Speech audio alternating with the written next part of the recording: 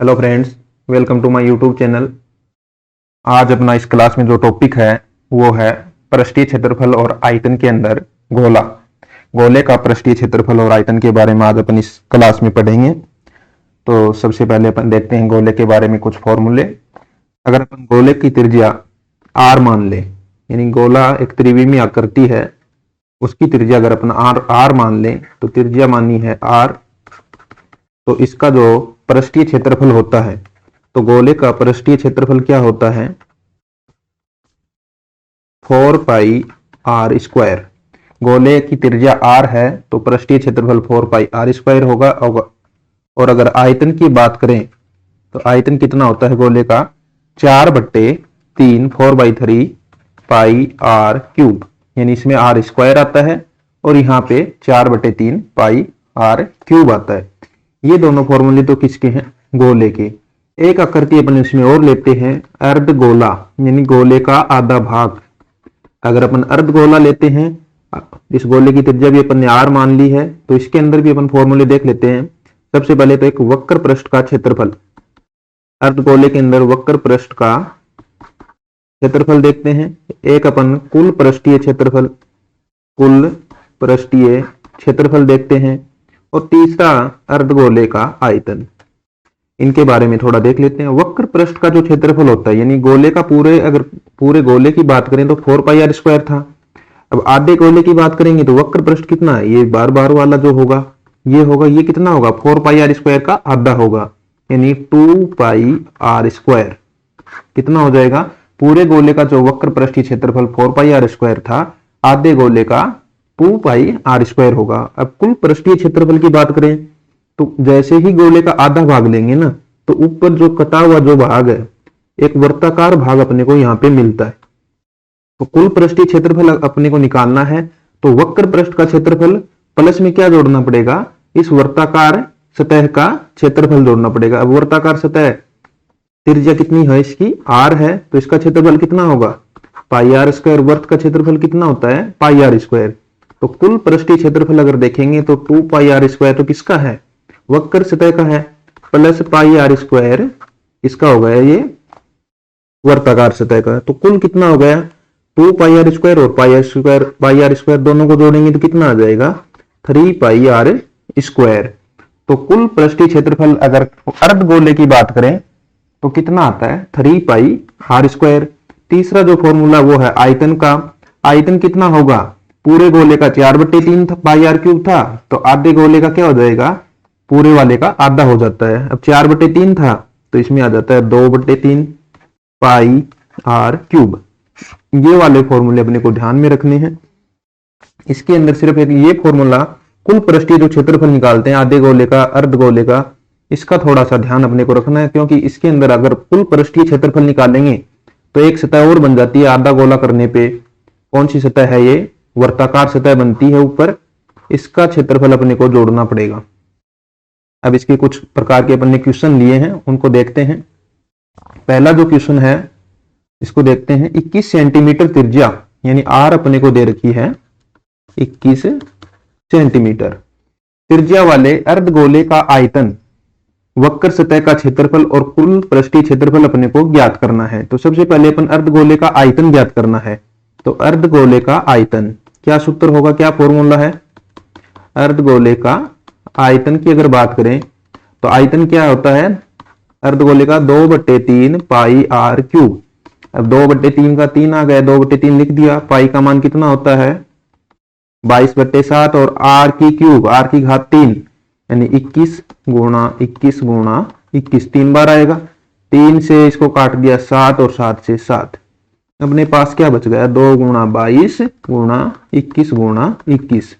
22 को इसको सोल्व कर लेते हैं आपस में गुणा करके। 22 को 2 से किया 44 और इसको आपस में कर दिया 441। अब इनको आपस में और गुणा कर देते हैं। इसको गुणा करेंगे 441 को 44 से तो कितना आएगा? गुणा करके देख लेते हैं अभी। 4 जो भी आए अपन उसको जोड़ के लिख देते हैं। 6 4 10 9 4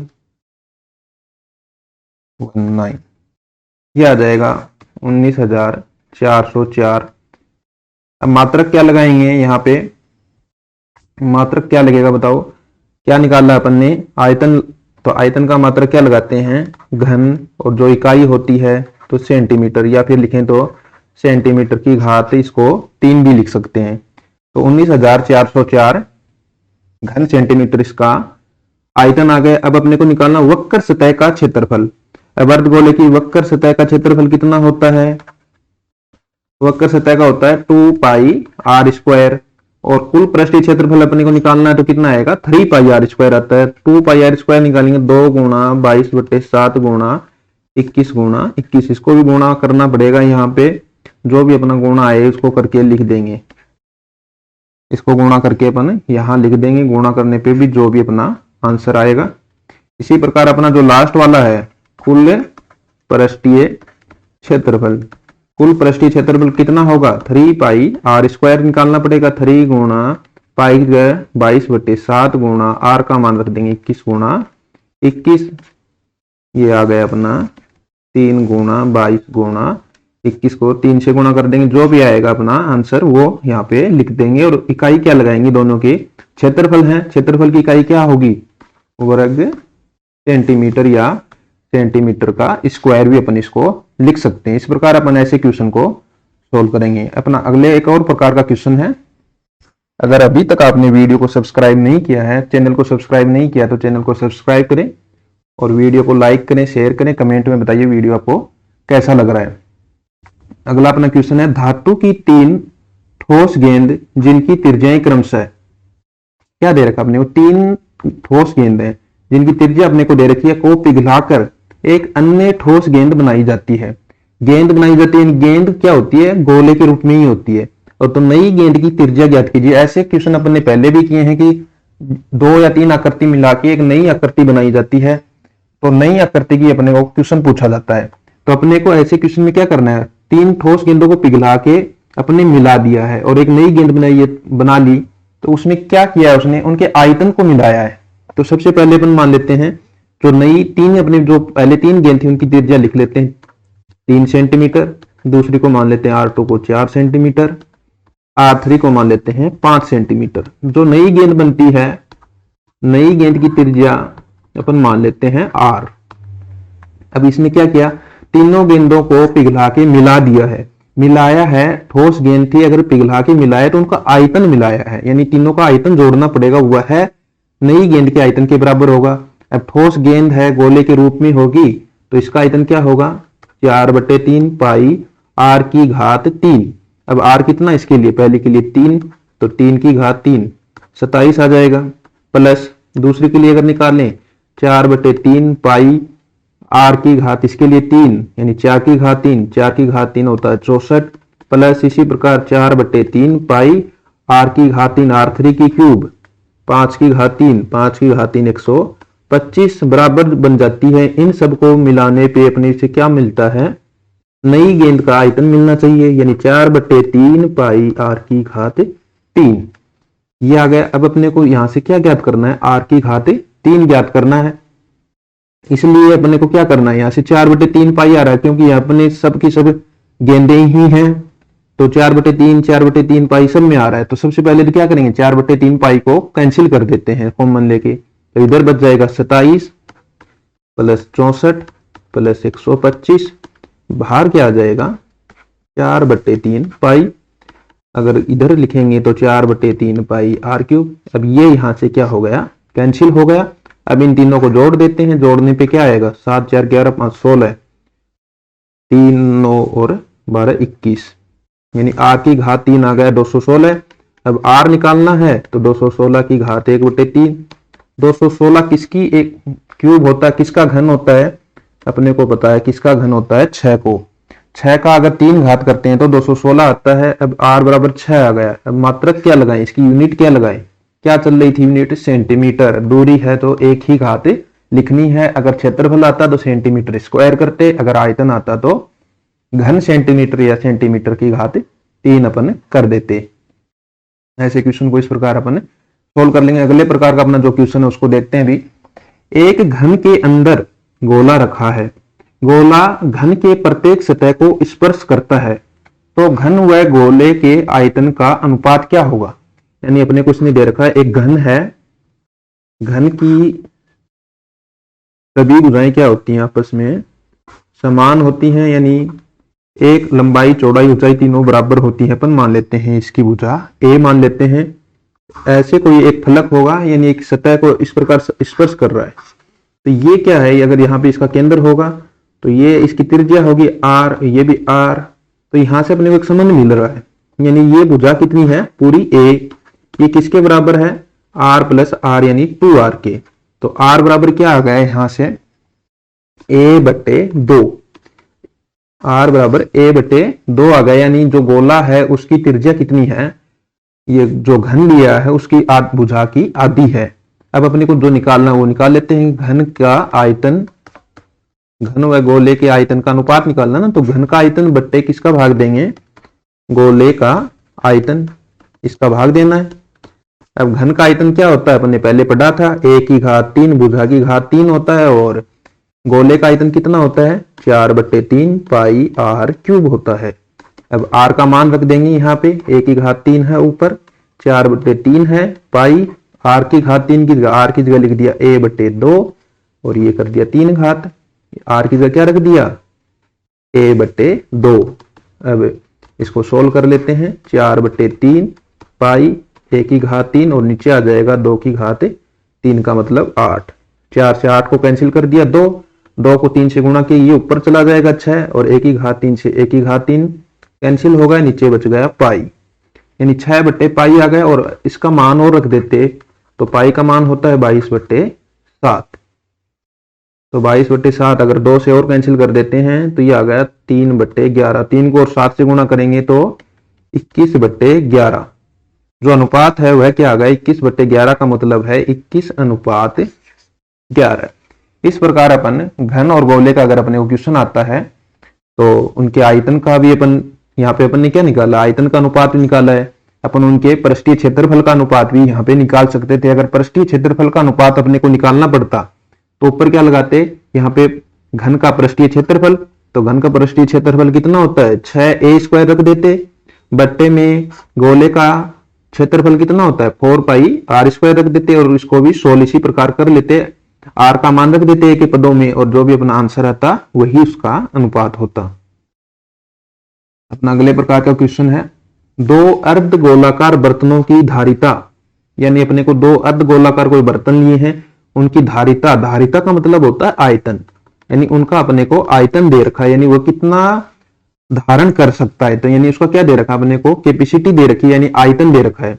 तो पहले का आयतन दे रखा है 2 अर्ध गोले ना, तो पहले का आयतन अपने को दिया 6.4 लीटर, और दूसरे का क्या होगा V2 लिखेंगे, दूसरे का 21.6 लीटर। इस प्रकार अपने को 2 आयतन दिए हैं, इनके आंतरिक वक्र पृष्ठों के क्षेत्रफल का अनुपात होगा। तो सबसे पहले तो अपने को आंतरिक वक्र पृष्ठों के क्षेत्रफल का अनुपात निकालना है, यानी आंतरिक वक्र पृष्ठ जो होता है वो कितना होगा 2πr² होता है अर्धगोले का, पहले के लिए लिखेंगे तो r1² आ जाएगा, 2πr2 का स्क्वायर ये निकालना अपने को। अब यहां से 2π क्या हो जाएगा कैंसिल हो जाएगा, यानी r1² का स्क्वायर अपने को ज्ञात करना है। तो अपने को r1 और r2 में संबंध चाहिए, वो यहां से लेना अपने को, यहां से अपने को दे रखा है, तो अपन लिख लेते हैं v1/v2 बराबर क्या आ गया 6.4/221.6। अब v1/v2 का मान रख देते हैं, क्या है दोनों अर्धगोले हैं, पहले की त्रिज्या r1 मान लेते हैं, तो आयतन क्या होगा 2πr1 की क्यूब बट्टे लिखेंगे 2πr2 की क्यूब बराबर 64/216 21.6।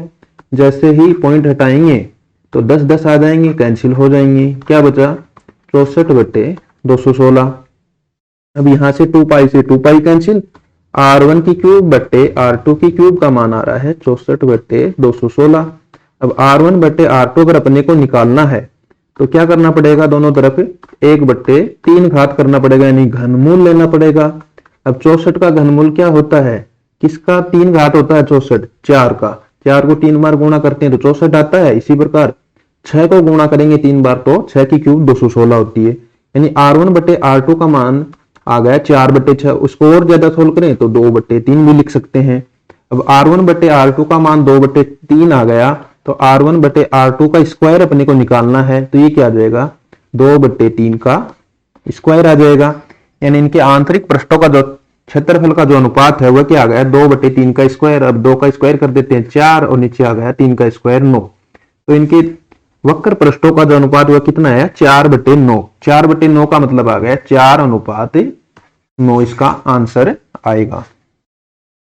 अपना लास्ट प्रकार का एक और क्वेश्चन है, 8 सेंटीमीटर त्रिज्या के गोले को पिघलाकर 1 सेंटीमीटर त्रिज्या के कितने गोले बनाए जा सकते हैं। यानी इसमें अपने को क्या देगा, एक बड़ा गोला देगा और पूछेगा कि इसके आयतन से इसको पिघला के अगर अपन छोटे गोले या छोटी आकृति जो भी बना रहे हैं, यानी घन भी दे सकता कि घन बनाए, कोई भी आकृति देगा तो कितनी आकृतियां बनेंगी वैसी। या फिर ये पूछेगा कि ये बड़ा बनाना है तो इतनी छोटी से मिला के बनाना है, तो कितनी छोटी आकृतियां या छोटे गोले चाहिए जिनको मिला के अपन बड़ा बना सकते हैं। तो ऐसे क्वेश्चन को सोल्व करने का तरीका ये एक है कि आकृतियों की संख्या क्या होगी, आकृतियों की संख्या अपने से अगर पूछे या पूछे ना गोलों की संख्या तो कितनी होगी, बड़ी आकृति का आयतन बटे जो छोटी अपने मिलाई है छोटी आकृति का आयतन। ये अपने को फॉर्मूला काम में लेना है। यानी बड़े गोले का आयतन अपन निकालेंगे, उसमें छोटे गोले का आयतन का अगर भाग देंगे तो गोलों की संख्या आ जाएगी। यानी आकृतियों की संख्या निकालनी है तो गोले की संख्या, अपनी आकृति क्या है दोनों की दोनों गोले की संख्या, गोले हैं तो गोले की संख्या कितनी आ जाएगी, बड़े गोले का आयतन, बड़े गोले का आयतन बट्टे छोटे गोले का आयतन। अब बड़े गोले का आयतन यहां से अपने को निकालना है, कितना आएगा, बड़े गोले की त्रिज्या बताओ कितनी है 4 बटे 3 पाई, बड़े गोले की त्रिज्या है 8 तो 8 की घात 3, 4 बटे 3 पाई आर क्यूब, नीचे लिखेंगे 4 बटे 3 पाई। इसकी त्रिज्या कितनी है छोटे गोले की 1 है तो 1 की घात 3। अब इन गोलों की संख्या अपने को निकालनी है n, तो 4 बटे 3 से 4 बटे 3 पाई कैंसिल हो गया, 4 बटे 3 पाई दोनों तरफ है, ऊपर और नीचे कैंसिल हो गया। ऊपर क्या बचा 8 गुणा कितनी बार बचा है 3 बार, नीचे बचा है 1, 3 बार गुणा करेंगे तो भी कितना आना है 1 ही आना है। तो 8 को 3 बार गुणा कर देंगे यानी 8 की क्यूब कितनी होती है 512। यानी कितने गोले चाहिए अपने को 512 गोले चाहिए होंगे। इस प्रकार अपन इस प्रकार के क्वेश्चन को भी सोल्व कर लेंगे। यहाँ पे अपने पृष्ठीय क्षेत्रफल और आयतन वाले क्वेश्चन अपने सभी आकृतियों को पढ़ लिया है। चैनल को सब्सक्राइब कीजिए, वीडियो को बताइए कमेंट में कि आपको वीडियो कैसा लगा। Thank you for watching my video. Thank you.